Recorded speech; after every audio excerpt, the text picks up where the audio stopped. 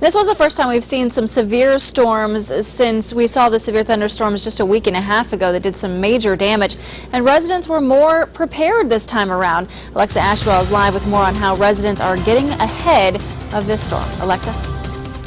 Holly, Centerville was one of the hardest hit areas. If you recall, a tornado touched down the town when the storm hit several weeks ago. Well, today I went back to Piper Landing condominiums to see how much residents have fixed up since then and how they are prepping for more strong storms.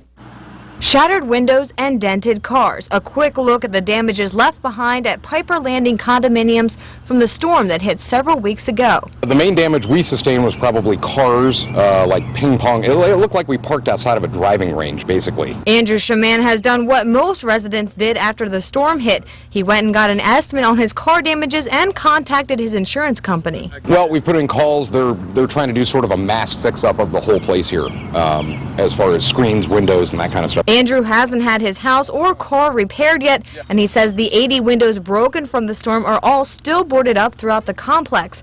But now the focus is on preparing for another storm and paying a little closer attention to the weather. Now it's a little more important, I think, especially when you start to see the orange and the reds come in, you know, batten down the hatches, make sure everything's inside that can be inside, park the car in the garage, so on and so forth. Other residents are also making sure they aren't caught off guard, putting their cars in the garage and taking shelter. Staying on top of the news and just being prepared with, you know, food and water and things like that on hand, which I keep on hand most of the time anyway, but keep my pillows handy so if I have to go to the bathtub I can put pillows over top of me.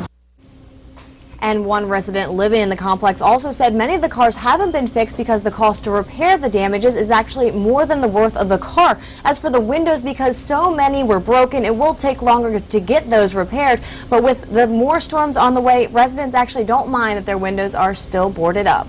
Reporting live, Alexa Ashwell, 2 News on your side.